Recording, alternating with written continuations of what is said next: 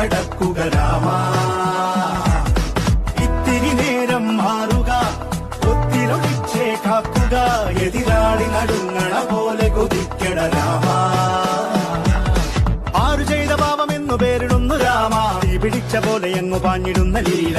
ആടുകേറി നീ ഒളിച്ചു കാത്തിരിക്ക രാമ, സത്യമുള്ളതാണു നിന്റെ അശ്വമേധ ലീല.